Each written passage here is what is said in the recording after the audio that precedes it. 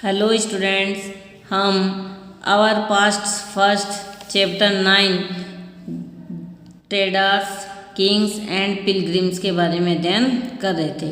Traders यानी व्यापारी, Kings यानी राजा, पिलग्रिम्स यानी तीर्थयात्री।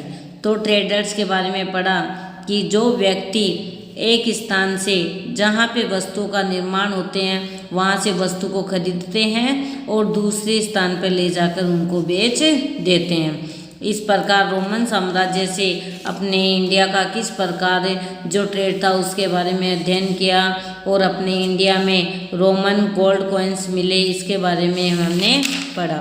अब next a poem about trade. अब एक व्यापार के बारे में देखो, एक कविता है। We can find evidence of trade in the Sangam points. Sangam points में हमें ट्रेड के एविडेंस पाए गए हैं। Here is one which describes the goods brought into Puhar, an important port on the east coast.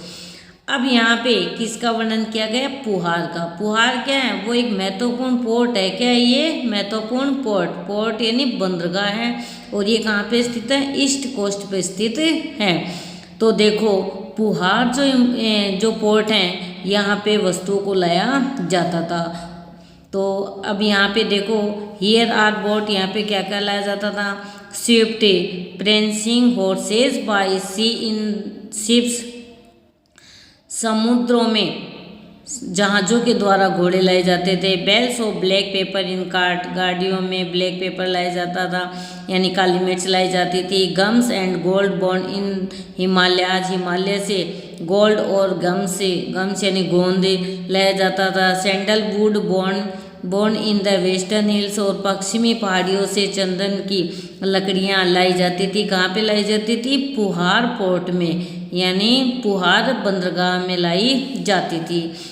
The pearls of the southern seas, और दक्षिणी समुद्रों से pairs यानी मोती लाए जाते थे। And corals from the eastern oceans, the yield of the Ganga and the crops from the Kaveri.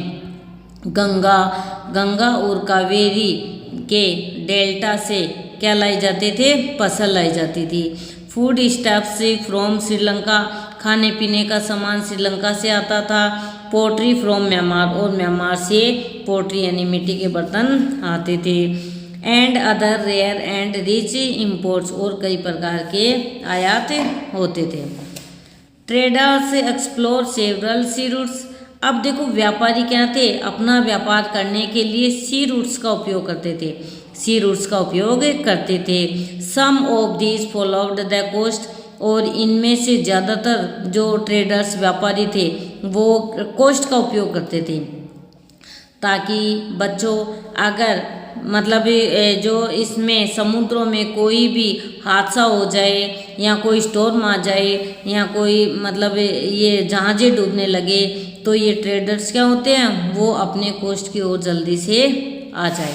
इसलिए ये मतलब अपना व्यापार करने के लिए कोस्ट का ज़्यादा उपयोग करते थे। There were other across sailors look advantage, there were others across the Arabian Sea and the Bay of Bengal, where sailors took advantage of the monsoon winds to cross the sea more quickly. अब इनमें से ज़्यादातर क्या करते थे? अरब सागर और बंगाल की खाड़ी से भी क्या करते थे? ट्रेड करते थे। और इसमें वो क्या करते थे कि जो सेलर्स होते थे टूक advantage of the monsoon wind, वो मानसून वाइंड का उपयोग करते थे। समुद्रों को पार करने के लिए मानसूनी वाइंड का उपयोग करते थे।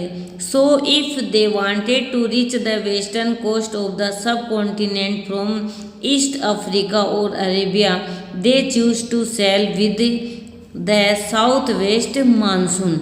अब देखो किस प्रकार वो मानसून वाइंड का उपयोग करते थे। यदि वे पूर्वी अफ्रीका और अरब